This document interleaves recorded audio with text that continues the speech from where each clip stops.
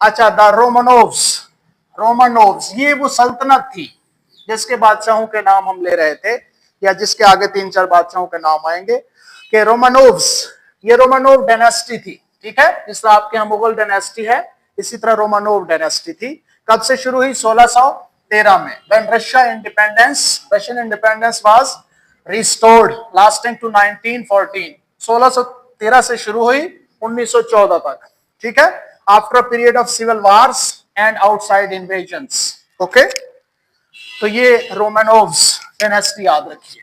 आगे चलें, Romanov empire, dynasty empire क्या है? It was also known as Russian empire. तो रशियन एम्पायर है बेसिकली रोमनोव एम्पायर थी। ठीक है, और ये कब से हुई? रोमनोव डायनेस्टी भी कहते हैं, और 1613 से 1917 तक। Romanov dynasty was the second major royal dynasty.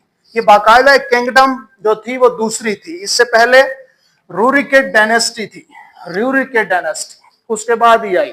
थोड़ा अर्सा ये भी रही है। बादशाह था रूरिक, कहां से था? स्कैंडिनेवियन से। जो वाइकिंग है, वाइकिंग जो लोग हैं उनकी डायनेस्टी थी। स्कैंडिनेवियन जो वाइकिंग्स हैं नेशन, उनकी डायनेस्टी थी रूरिकेट डायनेस्टी, और उसमें बादशाह रूरिक था। ठीक है, प्रिंस था, उसके नाम पे डायनेस्टी थी, उसके बाद ही आई है। ठीक है, याद रखिएगा। द रोमनोव फैमिली और हाई रैंकिंग एरिस्टोक्रेट्स, अशराफिया थे। ठीक है, तो ये वही तो मसला हुआ, हाई रैंकिंग अशराफिया पर मुश्तमिल थी। Russia before they come to power, power में आने से पहले ये पहले अमीरजादे थे, इसीलिए तो आहिस्ता आहिस्ता पैसे पूसे दे के, लालचें दे के ऊपर आ गए। ठीक है, Here are some notable members, 3-4 notable members हैं जो इस डायनेस्टी का हिस्सा थे, जिसके बाद फिर रेवोल्यूशन आ जाता है इनकी हमाकत की वजह से। आगे चले,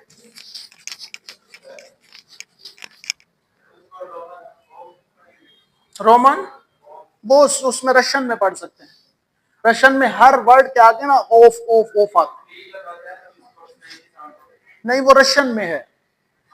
नहीं, इंग्लिश में रोमनोव ही पढ़ेंगे आप वैसे, और ऊपर अगर लगाते रोमनोफ वैसे पढ़ सकते हैं, लेकिन वो रशियन में ये जो वाओ फे है ना, ये रशिया में करचूफ, फलाना चूफ, कलाशनकोफ, ये सारे आगर में फे जो आता है ना, ये रशियन है, जबान में है।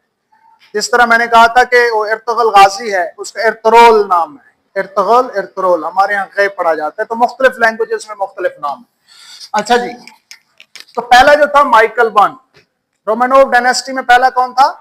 Michael one. बस ये याद रखना है, फर्स्ट रोमनोव जार था Russia who took the throne. 1613 में ताज अपने नाम किया, लेकिन जुलाई 1645 में मर गया 49 साल की उम्र में। कहां पे?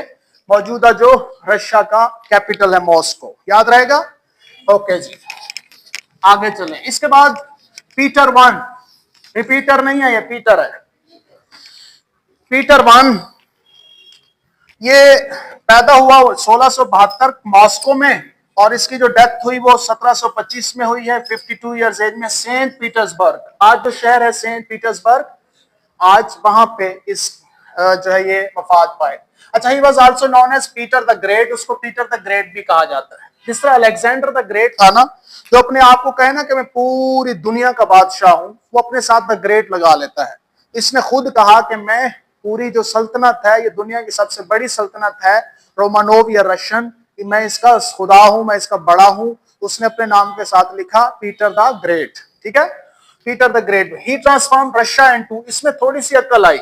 इसने देखा कि बॉर्डर पे हम, एक ही बॉर्डर है, इधर यूरोप है, इधर एशिया रशिया है, और रशिया का थोड़ा पार्ट उसमें भी है, और वहां पे इंडस्ट्रियलाइजेशन है, तरक्की हो रही है, फैक्ट्रियां लग रही हैं, लोग आगे जा रहे हैं, और वहां बादशाहत कम है, और लोगों को जमीनें दे दी गई हैं, और कैपिटलिज्म शुरू हो गई है, और हम जो है बिल्कुल बांधा हुआ है लोगों को। ये तो रेवोल्यूशन की तरफ जा रहा है काम, और इससे पहले वो खुद देख चुका था किसको? नहीं, इसने नहीं देखा था। अच्छा, तो वहां पे बहरहाल चेंजेस आ रही थी। ये न्यूटन का दौर था, गैलीलियो के दौर के बाद, और ये सारी चीजें, तो वहां पे तरक्की हो रही थी, और इधर कुछ नहीं था।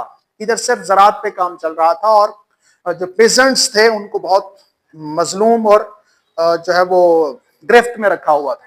तो इसने थोड़ा सा आजादी दी, अपनी बादशाहत नहीं छोड़ी, लेकिन थोड़ा सा मॉडर्नाइजेशन की तरफ आया। He transform Russia into a major European empire of expanding its territory. पहले तो टेरिटरी अपनी बढ़ाई, वाज विद ऑटोमन एम्पायर, सल्तनत उस्मानिया के साथ पंगे लेते रहे, और एम्पायर ऑफ स्वीडन, और इन्होंने जंगें जीती भी सही उनसे। ठीक है, वो आप पढ़ सकते हैं अगर आप मजीद तारीख में जाएं, लेकिन हमें इतनी जरूरत नहीं है। ही डिक्लेयर्ड हिमसेल्फ एम्परर इन 1721 में इसने कहा कि मैं पूरी सल्तनत का बादशाह हूं। ठीक है,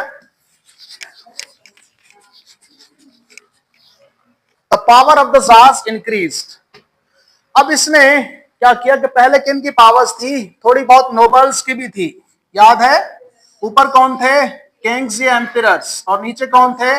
नोबल्स। तो नोबल्स के पास बड़ी ताकत थी। इसको पता चला कि ये नोबल जो है ना, किसी भी वक्त मेरा ताज उड़ा सकते हैं, इनके पास बड़ी पावर है। इसने बहुत सारी पावर्स अपने पास ले ली, या फिर नीचे जो मिडिल क्लास थी उससे कुछ ऑफिसर्स जो थे वो अपने साथ मिला लिए।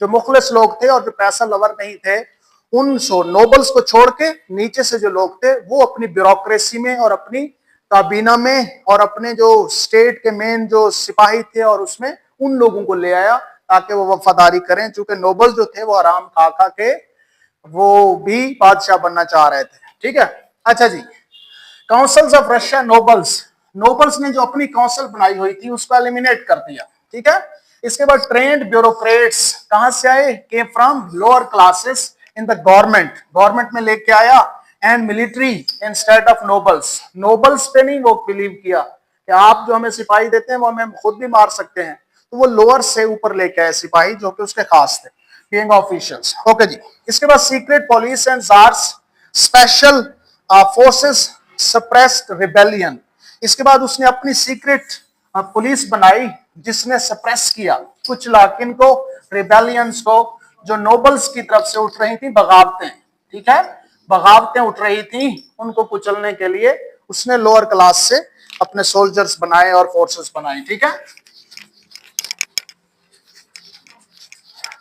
अच्छा जी, इसके बाद new openness to the west, साथ में इसने कहा कि वेस्ट में थोड़ी सी चेंज आ रही है तो मैं भी थोड़ा सा कर लूं। तो 1689 1720 tsar Peter the great forced westernisation, उसने कहा कि जो वेस्टर्न कल्चर है उसको थोड़ा सा मिक्स किया जाए, रशिया में भी आने की इजाजत दी जाए। ठीक है, मॉडर्नाइज्ड आर्मी, आर्मी को मॉडर्नाइज किया, अवाम के लिए नहीं, अपने लिए।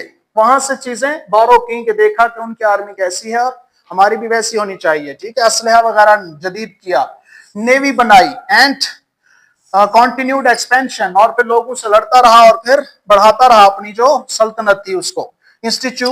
इंस्टीट्यूटेड एंड एजुकेशनल सिस्टम, बहरहाल एक एजुकेशनल सिस्टम भी शुरू कर दिया जो कि पहले नहीं था। ठीक है, थोड़ा बहुत।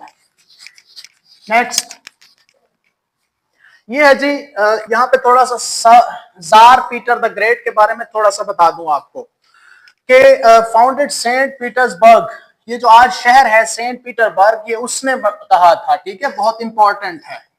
ऑन मई 17 बहुत इंपॉर्टेंट है कि सेंट पीटर्सबर्ग किसने बिल्ड किया था, शहर बना आबाद किया था? पीटर द ग्रेट ने। ठीक है, अब फिर अगली बात याद रखिए, ये पीटर द ग्रेट जो है इसके नाम पे नहीं है ये शहर, याद रखें। सेंट का मतलब वो लेते हैं पैगंबर या पयंबर। ठीक है, असल में जो इनका कैथोलिक चर्च है, जो डिनोमिनेशन है कैथोलिक चर्च में, जो इनका सबसे बड़ा होता है उसको वो कहते हैं सेंट। ठीक है, और उसका नाम पीटर, सॉरी सेंट का मतलब पयंबराना और पीटर उसका नाम। ठीक है, तो कैथोलिक चर्च में जो सबसे मुकद्दस है उसको कहा जाता है सेंट पीटर। ठीक है, जो पहले नंबर पे होता है, गालबन इनके तो 12 नोबल्स हैं, उनमें से पहले नंबर पे जो होता है तो उसके नाम पे है, उस पयंबर के नाम पे है। ठीक है, उसके नाम पे ये शहर है, इसके अपने नाम के नहीं है। ओके, ध्यान में रखिएगा। Purpose, Peter the great build the city as bridge, बनाया क्यों था? बिटवीन रशिया एंड यूरोप, ताकि मॉडर्नाइजेशन आ सके वहां पे इस शहर में और फिर आगे। Modernise and westernise the country, also called Russia's window on Europe, तो इस शहर को रशियाज विंडो ऑन यूरोप भी कहा जाता है। ये भी आ सकता है एग्जाम में कि रशिया का जो विंडो है यूरोप की तरफ खुलता है वो कौन सा है? तो सेंट पीटर्सबर्ग, आप देखेंगे वहां बॉर्डर पे है। इसकी लोकेशन कहां पे है? City was built on the site of captured Swedish fortress, Swedish के साथ जंग की थी ना, स्वीडन के साथ, ऑटोमन एम्पायर के साथ, पिछली स्लाइड में बता चुका हूं। तो स्वीडिश का जो एक बहुत बड़ा किला था, किला फोर्ट्रेस, उसको उसने शहर बनाया। ठीक है, ऑन द रिवर नीवा, जो किस पे मुश्तमिल है, headed the Gulf of Finland and the Baltic Sea, Baltic Sea और फिनलैंड के गल्फ पे मुश्तमिल है।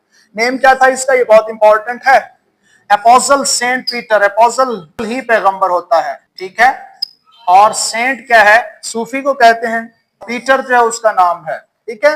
एपोस्टल पैगंबर को कहते हैं, वो अपने यहाँ वो जो मैं बात कर रहा था वो दरअसल एपोस्टल से रिलेटेड थी, सेंट पीटर्सबर्ग। तो सेंट वर्ड जो है उनका सूफी पैगंबराना सूफी, इसका नाम पीटर है, ठीक है। अच्छा, history, Saint Petersburg was the capital of the Russian empire from this to this and again from इतने टू इतने, it was birth place of the, ये बहुत इंपॉर्टेंट है, सेंट पीटर्सबर्ग दारुल हुकूमत रहा है, ठीक है, किसका, रशियन एम्पायर का। दिस इज वेरी इंपॉर्टेंट, आज नहीं है, उस वक्त था, रशियन एम्पायर का ये दारुल हुकूमत था। इट वाज द, दूसरी बात जो बहुत इंपॉर्टेंट है, इंकलाब यहां से आगाज हुआ। It was the birth place of the Russian revolution. तो कोई ना कोई शहर होता है जहां बैठ के फैसले किए जाते हैं कि इंकलाब लाना है, लड़ाई करनी है, कैसे करनी है, ठीक है। तो जो सेंट पीटर्सबर्ग था, यहाँ पे बैठ के लेनिन ने, जिसने इंकलाब बर्पा किया, यहाँ पे फैसले होते थे। ये बहुत इंपॉर्टेंट है। 1917 का जो रेवोल्यूशन आया, उसकी जो बर्थ प्लेस थी, जो आगाज हुआ रेवोल्यूशन, वो कहां से, सेंट पीटर्सबर्ग से, ठीक है। Other names, the city was formerly known as, ये बहुत इंपॉर्टेंट है, पेट्रोग्राड, पेट्रोग्रेड, ये दूसरा नाम है इसका, ठीक है। उसका नाम चेंज कर दिया गया था जंग अजीम 1 में, वर्ल्ड वार 1 में इसका नाम ये रख दिया गया था। क्यों, क्योंकि सेंट पीटर्सबर्ग को फौजें जानती थी, उन्होंने नाम चेंज कर दिया कि सेंट पीटर्सबर्ग का नाम ही हटा दो, चूंकि शहर ही एस्टेब्लिश था, तो फौजें डायरेक्ट इधर आ जाए, वो शहर ही होके पेट्रोग्रेड इसका नाम रख दिया, ताकि फौजें इस तरफ मुंह ना करें, वो कहें सेंट पीटर्सबर्ग कहीं और है, ठीक है। तो वर्ल्ड वार 1 में इसका नाम ये था। Later Leningrad. फिर जब 1991 में, 1991 तक ये जो यूएसएसआर जब टूटा था और 15 रियासतें अलहदा हुई थी, उस वक्त इसका नाम लेनिनग्राड था, ठीक है। फिर जब रशिया अलहदा हुआ, फिर से उसने सेंट पीटर्सबर्ग नाम रखा।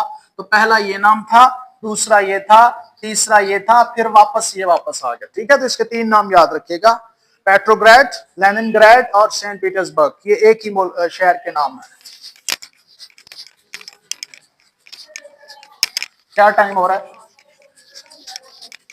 चलें कर लें ब्रेक, सुनाएं फिर, मजा आ रहा है, चलो फिर पढ़ लो थोड़ा सा।